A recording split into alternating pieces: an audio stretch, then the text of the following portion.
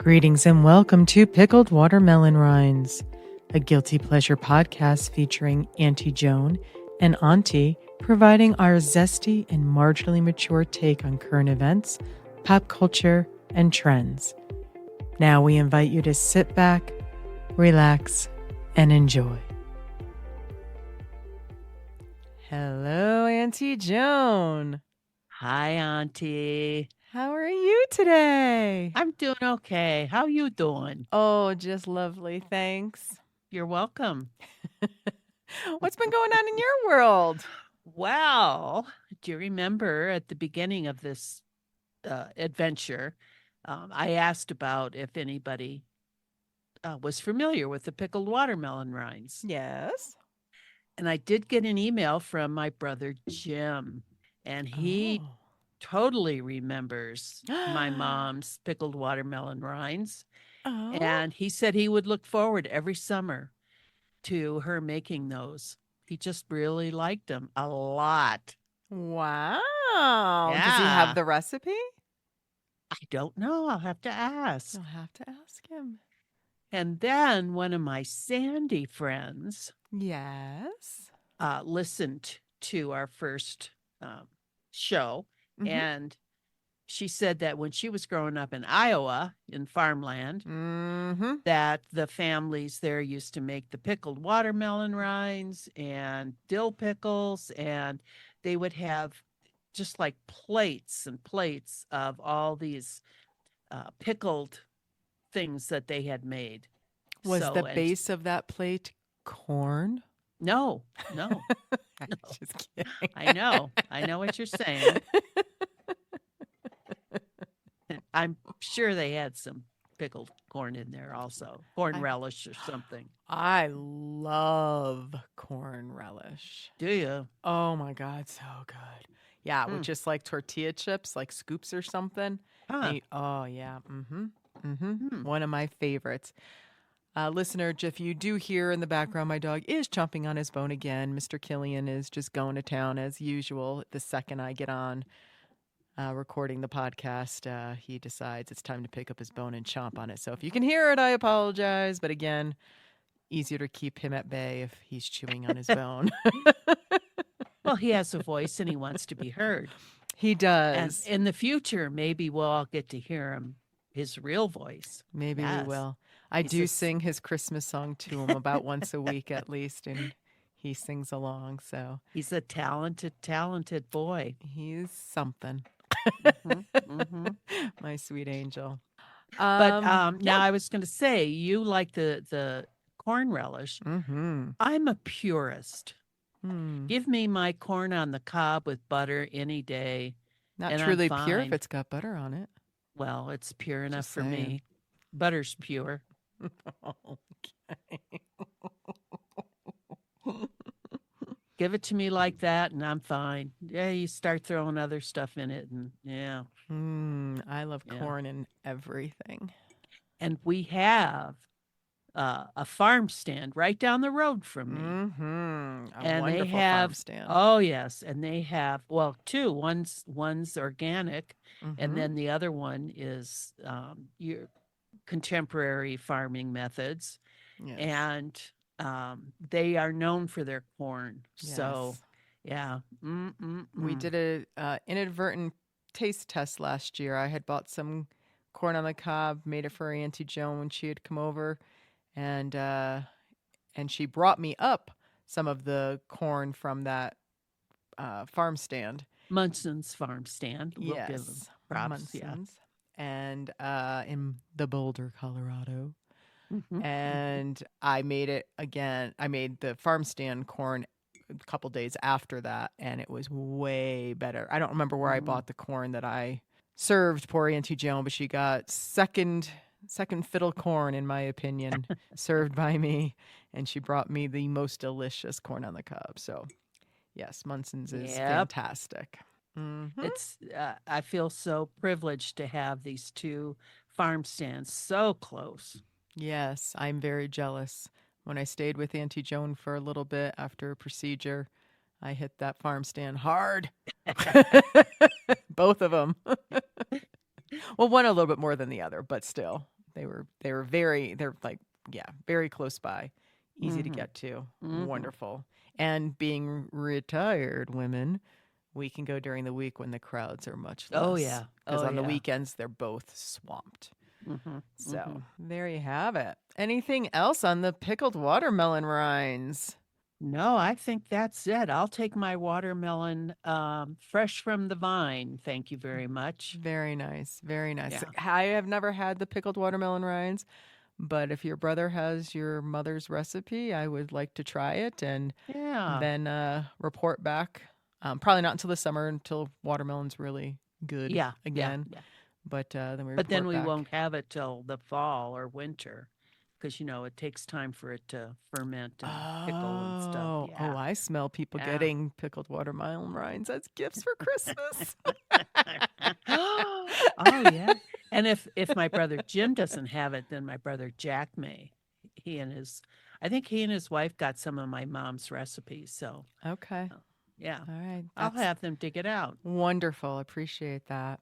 I do have a bit of a retraction from episode 4 that I'd like to share with everyone.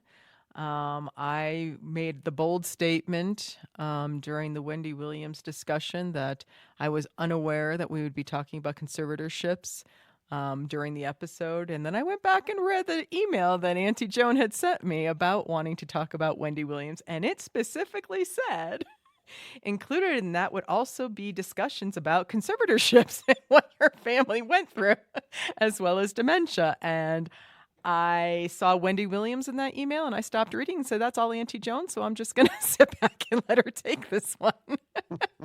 So moral of the story, kiddos, is reading really is fundamental. And see, I just let it go. No, you shouldn't have called me out on that, Auntie Joan. No, I mean, but, I did 5 years from now, what difference would it make? 5 months from now, what difference? 5 minutes from now, what difference? Yeah, exactly. Once my hurt feelings passed. Yes, I apologize. I forgot all about it. Yeah. I apologize for that. Yeah. So yes, Auntie Joan did give me a heads up. I chose not to read any further than Wendy Williams. And yes, it was a big mistake on my part. So my apologies to you, Auntie Joan. Well, thank you. Thank you. Yeah, so Auntie Joan and I, we usually talk about how we're alike and how we differ, and we're going to kind of continue that theme. But some of this is sometimes it's a similarity, sometimes it's a difference. The types of shows that we tend to watch on the regular, I tend to lean more towards rom-coms and comedies or sitcoms, and Auntie Joan tends to lean more towards documentaries and dramas or mysteries. Yes, that's a good way, especially of the British variety. Yes, or UK or whatever. Yeah. But we're all your yucking going on over there. If you recall correctly, we both truly enjoyed Doc Martin, which I would definitely categorize as a comedy. Yes. And we both like What We Do in the Shadows. Yes. Now it did take me a couple episodes to really, get into it, but I love those guys. Yeah, and the gal. We both liked Fisk. That would be a comedy. Yes. We both like The Office. That's a comedy for sure. Sitcom even. So we don't, always. We're not fully in those separate camps. But our tendencies and our, what we tend to lean more towards while we're watching on our own would be, the difference. But now the reason I think I like those is because, well, number one, they don't have the laugh track. Right. And number two, they're not really written with the thought of, oh, this is going to make you laugh now. Oh, this is going to make you laugh now. It's more like they get into the characters more. And what the characters do is what becomes funny. Not, I don't know exactly How it would could better explain it, but a lot of the comedies that are on TV, they just put stuff in because they're looking for a laugh. Like with Doc Martin, so much of it was tongue in cheek, or it was, his his brusqueness, that was so funny. Not him slipping and falling and doing goofy stuff. So they're more of a thinking person's comedy, I would say. Yeah. Just like we chatted about in a previous episode, I think rewatching The Office would be, considering I just did recently, that is far from a thinking person's comedy. That's very lowbrow. Yeah, that's true. But for example, that's just an example. And some of what we watch, what we do in the shadows, same thing. Oh, very definitely, lowbrow. definitely. It's just, I don't know. They're different. They're different than, a lot of the other things. I'm just glad that you like some of the shows, that we have some of those comedy shows in common. Well, Fisk, I mean, you can't go wrong with Fisk. Cannot. Yeah. Wonderful show. So tell us about some of, so why do you like dramas and documentaries, Auntie Joan? Well, for one or thing, mysteries, sorry, we're talking mysteries and documentaries. The mysteries, and particularly the British. And I like the British or European ones and Australian, I will say. For one thing, they like to show warts and all, I guess as they would say. The characters are all flawed. The lead characters, the good guys, the good women, they're all flaws. They all have flaws, just like, most people. They let the women be women. They don't dress them up in, 3-inch heels, running around in a straight skirt. And, they let them function as working women. Prostitutes? No.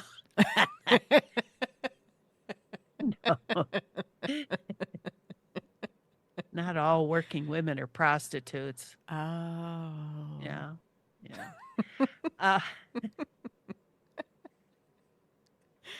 And the stories, folks.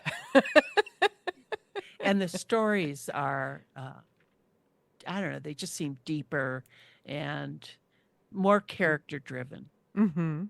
I like the documentaries because they dig deep most of the time into stories that we may have heard of, and you get more of an inside look into what went on.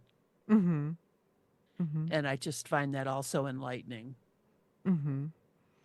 I like to know the scoop. I like to know the scoop. Gotcha. As enlightening as something like 90 Day Fiancé?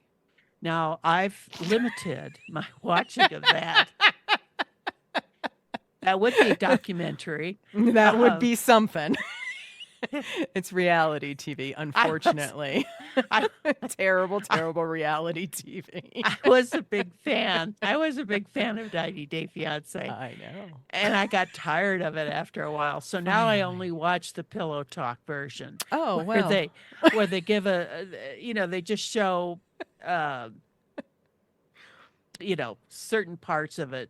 And then they chat about it and say, how could you not see that coming? And the people who are watching and making these commentaries had been former couples on 90 Day Fiancé. So, and some of them are still together. Well, then it must work. So, yep. Yes. You once said when I mentioned watching 90 Day Fiancé. I thought you were joking, first of all. But then you said, well, I think you have more an anthropological view on people. You want to see what makes them tick. I think I was being kind. Well, that was nice of you. I caught you in a rare moment, huh? You caught me at a rare moment.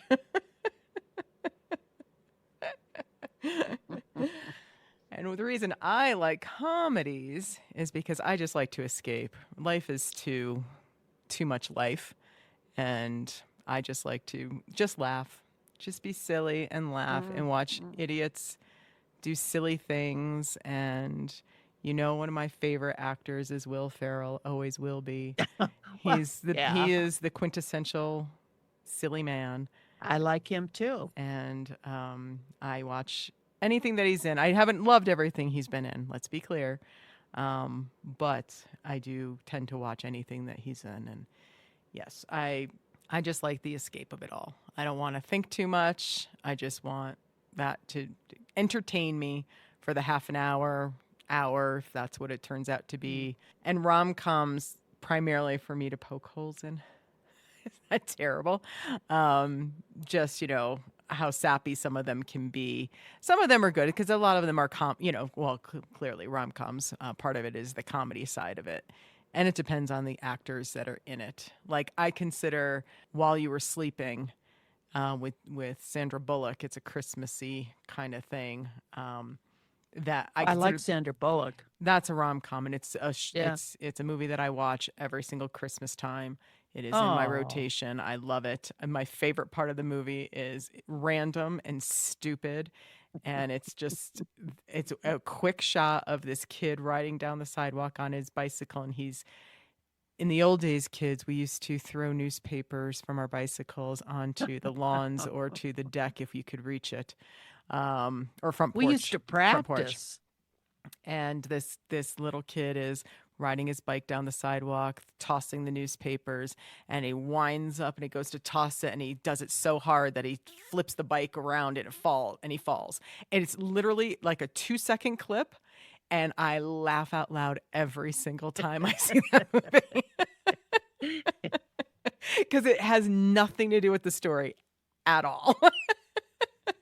It's not a kid that's like one of the kids from the families that they're, that are the main characters in the show. It's just some random kid on a bicycle who wipes out trying to throw a newspaper, and I find it hysterical. It's funny how certain scenes in movies just like imprint on us. Yes.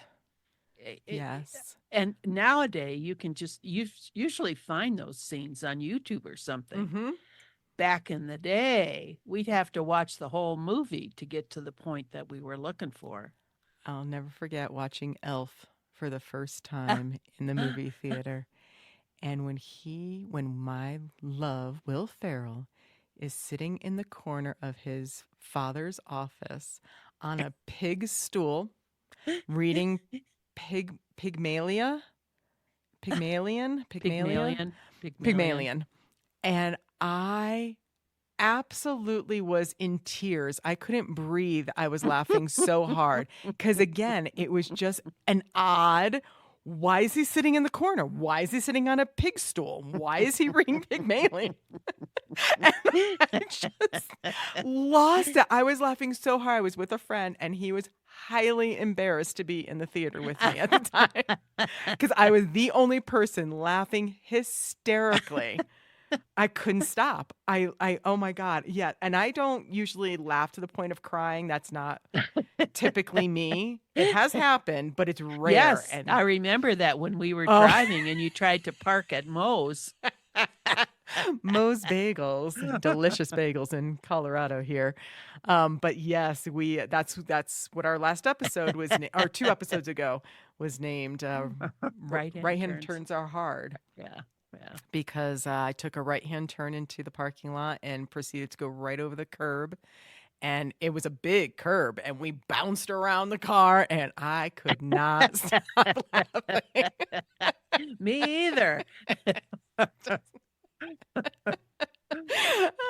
think about it every now and again, and I laugh out loud again. Not quite as hard, but it was very funny and very silly. Can I share one of my favorite movie moments? Please.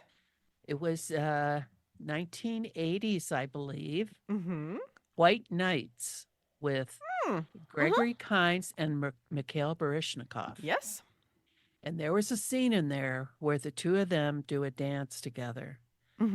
Oh my gosh. I would watch that movie just to see that scene. It was so good just to Oh, Yep. yeah. Yeah. That And was a very now, good movie. now I can go to YouTube and watch it whenever I want. That's right. Thank you, Yep. YouTube. Yes, indeedy. And those of you who put that out there. That's right. That's right. Mm-hmm. Awesome sauce. Okay. Anything else you wanted to bring up related to drama? I keep saying dramas because I look at my notes and that's what I've written down. I apologize. Mysteries and documentaries, Auntie Well, Joan. we talked about documentaries, Mm-hmm. and this is an old one, but Mm-hmm. it's not just one, it's a series. It's called the Up series. And this started in 1964. Mm-hmm. And they followed these kids in grade school, Mm-hmm. 14 of them. Mm-hmm. And every 7 years, they would go back and film them and see where they were, what they were doing, how they were doing in school. And you could follow these kids and how they changed over the years. And the last one was 63 up. Mm-hmm. So the first one started when they were 7. So there's been 9 episodes filmed, one every 7 years. Mm-hmm. So at 63 up, they went back and caught up with these 14 people to see what they were doing. Some of them, had gone into politics. Some of them had raised kids. It's just interesting to watch where life takes people. Or as John Lennon said, life is what happens when you're busy making other plans. That's true. Yeah. Very cool. Mm-hmm. Yes, during the pandemic, I actually had started a documentary club with some friends over Zoom, as a matter of fact. And we would meet once a month, or I think it was either once a month or every 6 weeks or something like that. And we'd pick a different documentary. We'd all watch it and get together and talk about it, like a book club, but only a documentary club. And that's where we were introduced to the Tiger King, as was most of America during the pandemic. Yeah, people remember that. That was our very first one that we did. Yep. And I think you're the one who told me about it. Yes. Yes. Because I wasn't going to watch it because I thought there would be, too much cruelty to the tigers and stuff. A lot of my friends in the club were also leery about it. I'm like, I promise, watch it. There is some things I'd rather they, didn't show, but nothing was overly graphic. Right. There was, they alluded to some abuse, but they never showed any abuse. Yeah. So, but regardless, it was a hot train wreck mess. And it was good watching and good chatting about. And we even did the episode dressed up as characters from the Tiger King.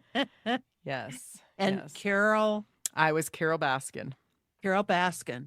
Hello, all you cats and kittens. Yes. Yeah. That was her. So, yes. So I do watch documentaries from time to time. They're just not top of my list. I'd rather, like I said, kind of let somebody else entertain me with some comedy. And give me a good old cult exposure, too. Auntie Joan does like her cults.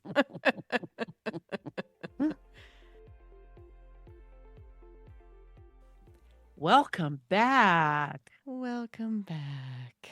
Yes. Welcome back. Welcome back. Welcome back. Welcome back. Welcome back. Welcome back. That is where I first met John Travolta. Yes. Welcome I think back, most of us Cotter. did. Yes, I love Vinnie that show. Barbarino. Vinnie Barbarino.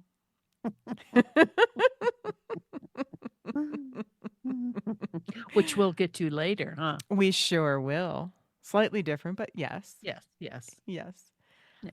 Just want to remind our listener, we do have a presence on both Instagram and Facebook.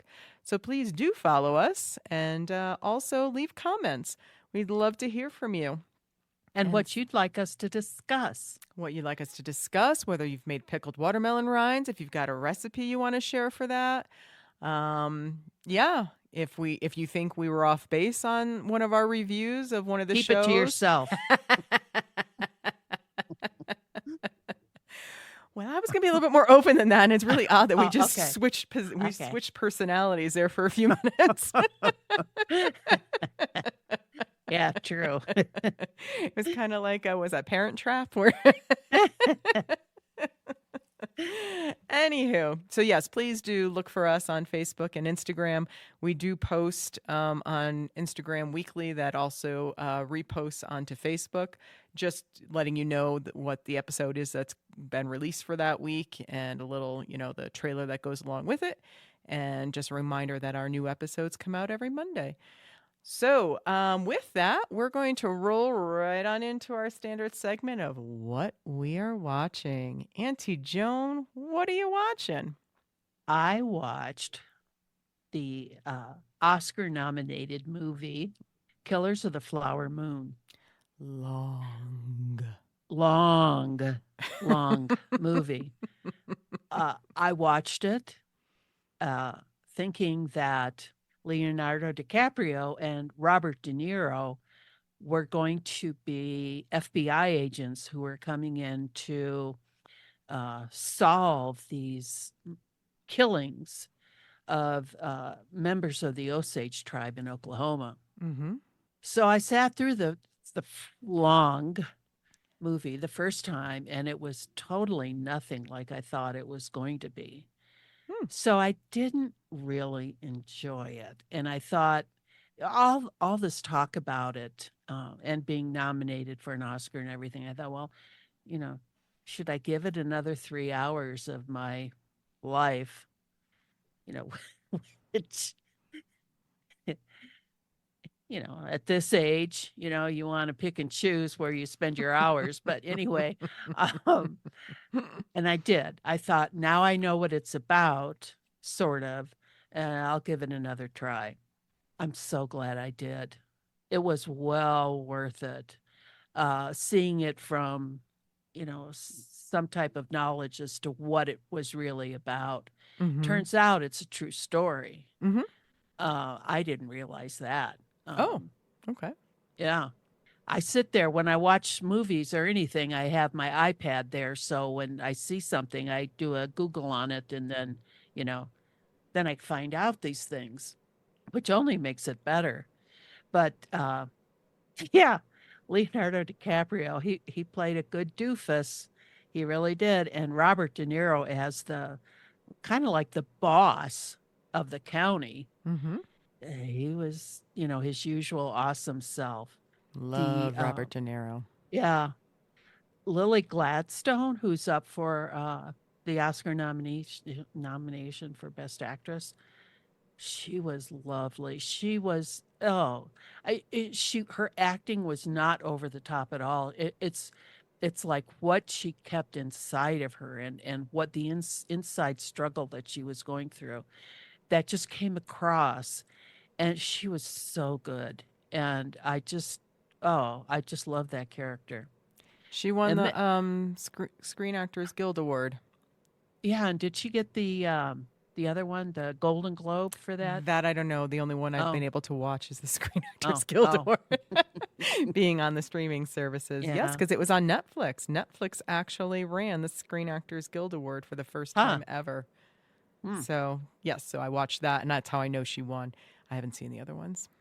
And then the FBI agent that comes in to start looking into all this was he's in so many things. Jesse Plemons. Oh, I love him. He's all over the place. Yeah. Breaking Bad is where I first saw him. Good gosh. Oh my gosh, he's so good. He's kind of like Nick Cage. He is in everything. Yeah. Everything. Every time I see him, like, you again? But he's always good. You're right. 100%. Yep.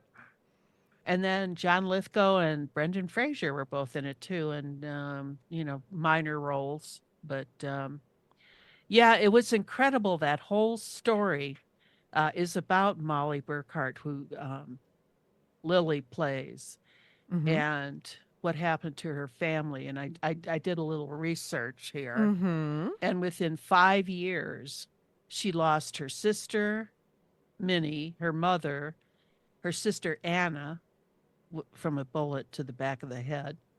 Her cousin Henry and her sister Rita and her husband were both killed in a house explosion. Wow. So all of that, to get to Molly's share of the mineral rights and oil that was under her property. It's just Was Molly played, but that's who Lily's character was? yeah. Gotcha. Yeah, Okay. yeah. Wow. And it's those things that, we weren't taught about those in school. And it is true history. No. And that was never in a textbook that I read when I was young. And it's just amazing, just like the massacres in Tulsa, that was never taught in schools either. And it's a shame because it is history and it is important. And history doesn't always have to be pretty and doesn't always have to be, that the U.S. won or that we come out looking and smelling like roses. Because a lot of times we don't. We had, we were a young country. We went through a lot and have evolved, thankfully. Still lots more to do. Don't get me wrong. We're not done. Never done. Always my motto, as always, continuous improvement. As long as you're showing continuous improvement, that is huge. But are we? Yes. You cannot say that we are back where we were back then. There's just absolutely zero way that you can honestly say that. Can you honestly say that? That we're back? To like the time of Flowers, whatever the name of the movie is. You know it. Auntie Joan. What's the name of the movie? Killers of the Flower There Moon. you go. That thing. You can't say that we haven't evolved since then. We have. Right. Continuous improvement. Yeah. Right. That's all we're saying. It's not perfect. There's always more to do. We're never done. Just like software development is never done. I learned this in my career. Software development is never done. And that's kind of how I look at life. We're all a work in progress. I just wish that we were all a little more developed than we are now. Yep. That's all. But hopefully we'll get there. Well, I don't know if we'll see it, but... No, I don't think so. But we've seen a lot of change over our years. Oh, yes. Definitely. Most definitely. definitely. Of change. Yeah. Anything else you want to bring up about Killers of the Flower Moon? I have to look at my notes every time. No, I think I pretty much said everything. It's just know that it's a true story. It's not about how the FBI comes in and makes everything right. It's about a husband and his uncle who kind of took a family out for the most part. Yeah. I did see too that the character that Robert De Niro played, he lived to be a ripe old man. He went to prison, but he also got out and was able to live out his days. Not with the wealth he had before, but not entirely behind bars either. So and she died. Oh, go ahead. Lily died much younger. So yeah, that's sad. That is sad, but not the Not same Lily. as her family. Lily, No, not her not character. Yeah. No. I know, but I'm just saying, not like her family died. Did she die of sickness or? I think so. Yeah. Gotcha. Yeah, the AARP magazine has just done a little article on Robert De Niro, so I knew a little bit more about the movie. I have not seen it. It is only on Apple Plus, and I got rid of that streaming service at the beginning of the year. So I will wait for it to hit somewhere else for free, but I will ultimately sit down and watch it. It is because it is 3 hours plus. I'd rather do that at home than in a movie theater because I like to drink a big soda in the movie theater. Yeah, I don't drink soda very often. But when I go to the movie theater, I can't seem to break that habit, and it's like my treat. And so I go all in and get the biggest one you can get. And I proceed to drink it all. And thankfully, like I said, I don't go to the movies that often, the actual theater. So I don't think I could make a 3-hour plus movie without having to get up and go to the bathroom. Yeah, what did we ever do before pause and rewind and stuff? Oh my gosh. I had done way back in one of the many colleges I went to. Not that I have that many degrees, folks. I have one bachelor's degree. I just toured a lot of colleges for a while. But one of them I had to give a oral speech, and I chose like watching at the time, I think it was still VHS tapes, maybe DVDs had just started. I don't honestly remember. but watching something at home versus going into a theater. And my line in the presentation was, I was on the side of watching things from home. I've always been a homebody.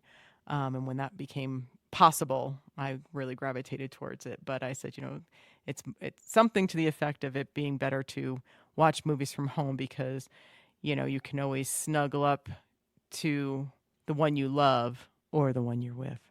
And and my professor, I've never seen somebody laugh that hard, that loud. I was just Did you get an A? I think I got an A.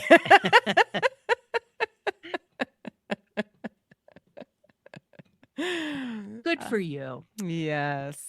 Not that it matters, but yes. Just a fun little anecdote I thought I'd share. Yeah. All right. Good times. Good times. Someday we'll talk about sweaty balls. And I kick and I stretch and I kick. You guys, look it up. That's Molly Shannon at her finest. I'm 50. And then Mariska Hargitay, which is the one I just sent to Auntie Joan, the video that I received. That Mariska Hargitay? Yep, that I received from my friend Crystal, who, remember, won me some money in roulette last time. Yes. Mariska Hargitay had done a spinoff on it that she was 60 and that she kicks and stretches and kicks. And she did that on Jimmy Fallon, and it was hysterical. So you can look up both Molly Shannon, I'm 50, from an SNL skit, and Mariska Hargitay doing this I'm 60 on the Jimmy Fallon show. Well, I'll have to practice up. I got a few years, and I can do one for 80. I'm 80. I can kick a little bit. Yes. And stretch. Yeah. You've got more than a few years there, dear, by the way. Not really. Yes, you do. Yes, you do. Sorry if you all heard my phone beep. I apologize. I meant to turn that off. So it is now off. So we will not hear that again while we're recording. All right. Anything else on Killers of the Flower Moon? I always want to start with flower. It's not the title. No, I think I'm good. All right. Well, this time I wanted to talk about a new series that released on HBO and Max this past Sunday, and it is called The Regime with Kate Winslet and Matthias. I'm totally going to get this wrong, so please, Matthias, I apologize. Schoenaerts? I don't know if that's right. That's how I think it should be said, but it's probably not correct. So my apologies if I got that wrong. And it is about, Kate Winslet is the main character, the main actress, and she plays Elena Vernum, who is a chancellor of some European nation. They don't really say. And her people around her, her most trusted confidants, have convinced her that she has a rare lung disorder and is inflamed and worsened by mold. So she brings on Matthias, who plays Herbert Zuback, to basically walk ahead of her with a mold detector walking around the palace that she's in.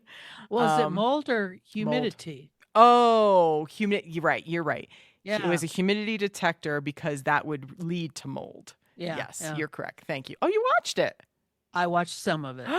You did. Okay, so it is really, really weird. The first episode was very strange, but it ended strong. Did you hang? You didn't hang in there the end of the episode? But I will go back and watch it again. So I do recommend hanging in there because the whole time was like, uh-oh. I don't think I'm going to like this. Yeah. Uh-oh. And Kate Winslet was doing some weird stuff with her mouth in some of the episodes, like close-ups. And I was like, I had to look it up. I'm like, did Kate Winslet have a stroke that I don't know about? She was doing some weird, angly stuff with her mouth. And no, at least not that I found online. One writer wrote that she purses her lips into a diagonal slash when she is befuddled or displeased.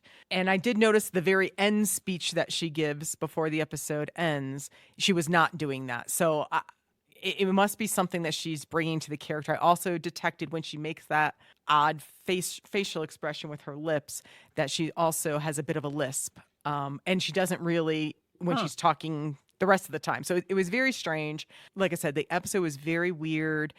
Matthias was a dishonorably discharged soldier, special forces of some kind that was involved in some kind of massacre at a mine of some miners. I think we'll learn more as the series progresses. It's only 6 episodes. We're only on episode 1. It gets released every Sunday. But it was, I said, the episode was very strange, and I was very concerned that I was not going to like this. And I'm like, oh no. But at the end, it redeemed itself so far. Okay. And I thought it ended strong and definitely has me hooked to watch at least the next. I will watch the whole series. I will punish myself if it turns out to be bad, just like it did with Expats. But I'm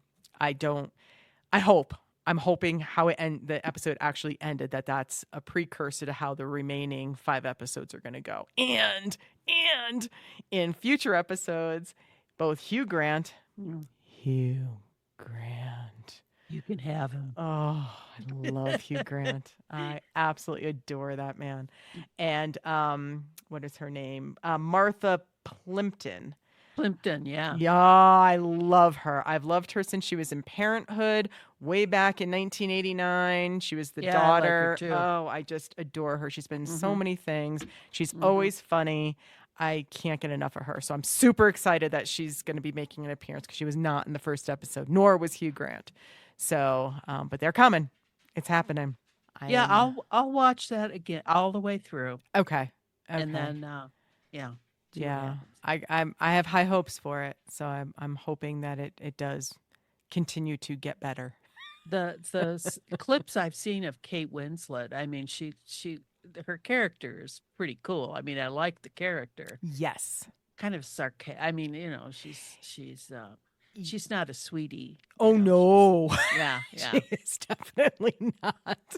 But she sings at a banquet. She sings at a banquet and she can't sing. She does okay when she first starts, but then because she's the chancellor, everybody just has to sit there and listen. And she's off key and off note, and and she's being totally serious, and it's hysterical. So there is that. But I'm really looking forward to the remaining episodes to see if it continues on the upward trajectory as the first episode ended.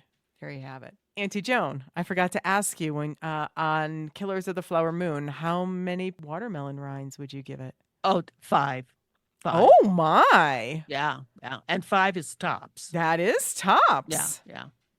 Wow. Okay. I gave it 6 hours of my life. I mean, yeah. Wow. That's high praise. Yeah. That's some high praise. Something would have to really wow me to get the full 5. So interesting.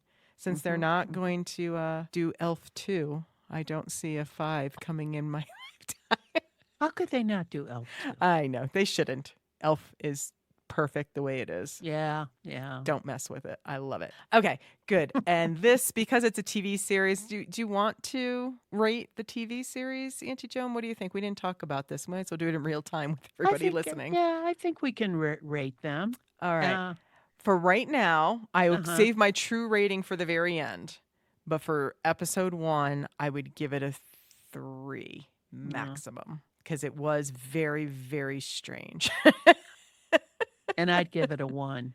Really? Yeah. But you didn't watch the whole episode. I didn't watch the whole episode. So up to what I saw, I'd say a 1. And the only reason probably I do like that guy though. There's just something animalistic about him he gets better. Did you see when he lashed out at her? Did you make it to that part? Oh. See what I'm saying, Auntie Joan? You left too soon. Yeah, I did. You left too soon because you want to see animalistic. There you go. It happens. He is quite delicious. Yes. And he's 47, by the way. I looked him up. Oh, that's too young for me. But just in your age range. Well, a little young, but not terrible. Where people would be concerned about it. No. Just 6 years difference. You could just 7. go start coloring your hair again and nobody will know. Auntie Joan saw me in person yesterday and was like, "Ooh, I see some grays." Told you it was coming. It's coming. That's all you see on me. That and skin, because. All right, Yeah. easy. All right. Okay.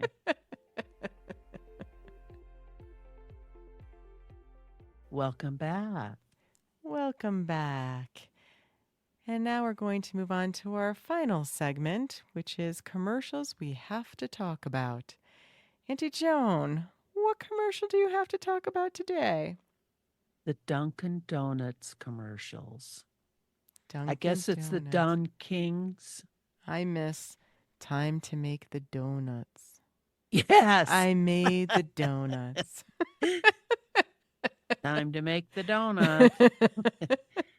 Right along with, where's the beef? Where's the beef? The DunKings with J-Lo and Ben Affleck, Matt Damon, Casey Affleck, and Tom Brady. I didn't recognize. Well, of course, Casey Affleck, I wouldn't know him. But Tom Brady, I didn't recognize him in the one. But please, please. I think J-Lo has been overexposed. She's just too much. I do not like Ben Affleck. To me, he's overgrown frat boy. Oh. The only saving grace on those commercials is Matt Damon. He's the sweetheart, you know. Now, I did hear that Mark Wahlberg was upset he wasn't invited to participate. Oh, really? Why?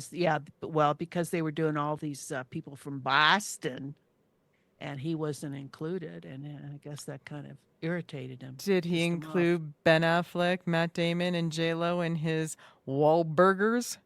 No. They have a burger joint that's all over the place. Yeah. So, shut up. You know, I really do not like Mark Wahlberg. I don't either. I do not understand the obsession with him. Yes, he's got a nice body. That's about all I can say. Anytime he does a comedy, and he did one with Will Ferrell, and it's one of the movies I dislike the most of Will Ferrell's, called The Other Guys. Anytime he tries to be funny, his idea of funny is yelling. I'm just gonna yell my joke. I'm gonna yell, and I'm like, that's not funny. No. Like that's not funny. And Will Ferrell was playing the straight guy in the show, so yeah, I know that's what sucked. You expected it to be. Oh, that was when Will Ferrell was the stepfather. Right, and Matt Wahlberg was the birth father. No, I know what movie you're talking about, but I didn't. Okay, to be fair, never saw that movie, primarily because their father ended up being Mel Gibson, and I had no interest. I was out. I was out. Yeah, that was it. Yeah. So I know I say I watch every single Will Ferrell movie. I lied a little bit. I couldn't bring myself to watch that. But no, this is, they were police officers, FBI agents. I forget. They were partners, and Will Ferrell played the straight guy, and Mark Wahlberg was supposed to be the comedy relief. And he was awful, just awful. It's unwatchable in my opinion. But anyway, like the Dunkin Donuts commercials. Now, I don't dislike Ben Affleck as much as you. I do like Matt Damon over Ben Affleck, that's for sure. But there's been a couple of things that Ben has been in the past 5 years that I've truly enjoyed and gave him some props. Because normally, if I saw him in a movie, same thing. I'd be like, I don't think it's necessary. If I had nothing better to do, I might watch it. But for the most part, I would probably steer clear. And of course, I did not research and get the names of either of those shows that I'm referring to because I forgot until just now. There goes my next question. I know. I apologize. Well, one of them is Air. It was the Michael Jordan, Air Jordan story with Nike. Yeah, that was a good show. That was a good, yes. And Ben Affleck and Matt Damon were both in it. Yeah. And I thought they both did very, very well in that movie. No, I didn't like Ben in it. And of course, Jason Bateman was in it too. Y'all know how I feel about Jason Bateman. But yeah, so I did like that one. And the other movie that Ben Affleck was in, I honestly don't remember the name of it. I don't know if it was just made for Prime or if it was actually a released movie. I think we were still in COVID-y kind of time, so it might not have actually hit the movie theaters. But he I think he owned a bar, but it was really about this younger guy. Yes. That movie was good. See, and I thought Ben Affleck specifically did really, really well in that. And I had low expectations. But I was very pleasantly surprised. And like I said, I don't normally give him any kind of high praise. And I thought that, I'm like, you finally found a movie and character that you played extremely well. In my opinion. It was kind of a little bit like him. Little bit, yeah. Yeah. And I don't know if he wrote that one. He might have. I don't honestly remember. And like I said, I meant to look it up before we got on today, but I forgot. I was all focused on the commercial itself and forgot I was going to chat about that I do like Ben Affleck and why I like him of recent years. And of course, Good Will Hunting, way back. He had a very small role in that. Matt Damon was definitely the lead. But I did like him back in that movie as well. But it was such a small role, it didn't really impact the movie all that much. Mm-hmm. But the DunKings, yeah, I did not. I did appreciate Matt Damon's dry delivery of his lines and how he was basically roped into being in the commercial and all that and didn't really want to be there and all that. I did appreciate that, but the rest of it, I've seen too much of Jennifer Lopez. Once I didn't mind her so much at the beginning of her career, but then once she became a star and she would go to all these red carpet events and she'd pose there and she'd put her eyes at half-mast, sultry, and kind of purse out her lips a little bit like it just is so phony and so set up that it just really irritates me. Yeah. I'm not a huge fan. Reminds me, that's how Melania poses too. With the eyes half-mast and, I guess they're supposed to be bedroom eyes. I don't know. But it just, give me something real. I'm not a huge fan of J-Lo. I've never liked her music. The Wedding Planner, I liked her in that, even though I thought it was very strange that she played an Italian person versus a Hispanic person. It just seemed completely unnecessary. Wouldn't have impacted the movie or characters in the movie in any way if she was actually portrayed as the ethnicity that she is. It was just weird. Well, as I've said, I think that the makers, the showrunners, whoever who decide these things probably thought it would draw more of an audience if she was Italian rather than. But it wasn't even a Hispanic. huge storyline. It was just an unnecessary thing. It just like they didn't go back to Italy. Like they didn't tie Italy into it at all, other than her mother, who had passed away. It was just weird. It just was. It really had no bearing on the story whatsoever. They could have not played it any ethnicity, not even bring up an ethnicity. It wouldn't have mattered on the story. It just was. I don't think I even watched that movie. It was another one of those rom-com things. It is a rom-com thing, but Matthew McConaughey again. I don't pretty like much Matthew McConaughey watch either. anything he's in too.